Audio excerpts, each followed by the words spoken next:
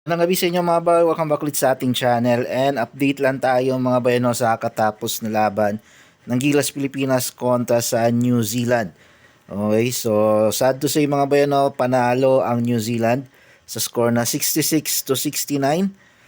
A very low scoring ball game, a very close fight.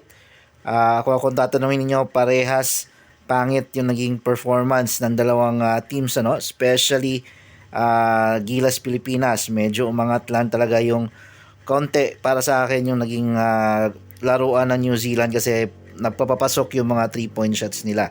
And yung third quarter talaga yun yung parang naging deciding factor para sa game na to, no? Na tinambakan tayo sa third quarter with only 9 points lang.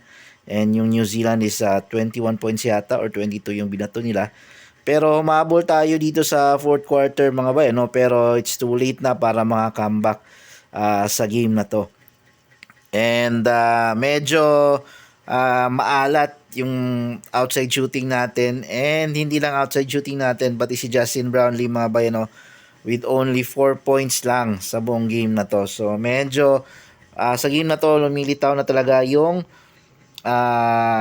age disadvantage siguro nitong si Justin Brownlee mga bay, no?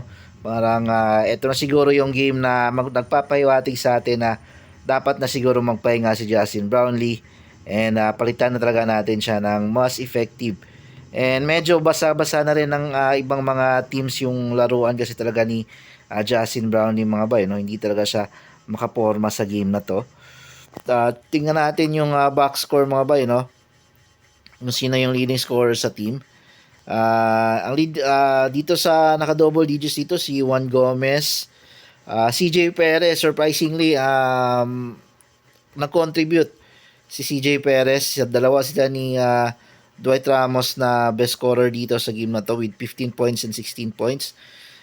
So surprisingly, although pangit pa rin yung naging laruan ni CJ Perez mga ba, ano, ang daming mga turnovers, baldog na tira. Kumbaga, itong 15 points ito, medyo dala na ng swerte talaga to. Pero maganda yung naging first quarter ni CJ Perez. Siya yung nag-dictate ng lumamang kasi tayo ng maaga. 7 points yung naging lamang natin sa first quarter pero nahabol ng New Zealand. And si CJ Perez yung nag-dikta sa game na yun. Kudos pa rin sa kanya. 6 out of 14 yung naging field goal niya. And then si Dwight Ramos naman 6 of 21. Junmar Fajardo, walang puntos mga bay, no? Kevin Kiambao, Justin Brownlee, 2 out of 10 lang. Si Brownlee mga bay, hindi nga rin siya masyadong nag-attempts sa na tumira sa game na to. Siguro kung naging mas aggressive siguro si Brownlee, baka masigit pa dito yung naging score niya sa game na to.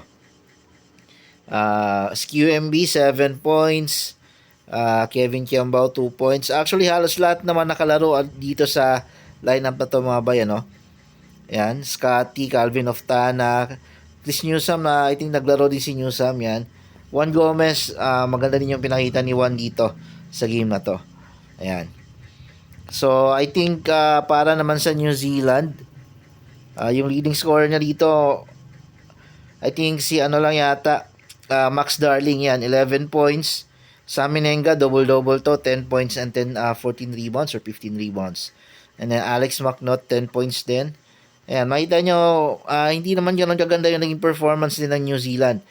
Ayan, talagang doon lang sila bumawi sa 3-point shooting mga bay, no? Check natin dito yung stat sheet. Ayan, hindi natin siya makita dito sa box score. Talagang alat na alat tayo sa game na to.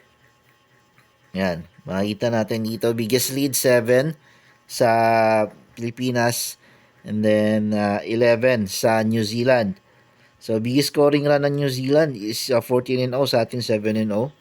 Yan. So view box score natin mga bay, no? Talagang inaalat tayo sa outside shooting. Doon tayo nadali talaga. Ayan. So ayun, hindi pa natin makita. So ayun mga bay, yung update natin. Medyo sana makabawi man lang sa Australia, no, sa March 1 para may pag-asa pa tayo. So as of now 2-1 yung standing ng Gilas. So yun ang mga bay, maraming salamat sa panonood.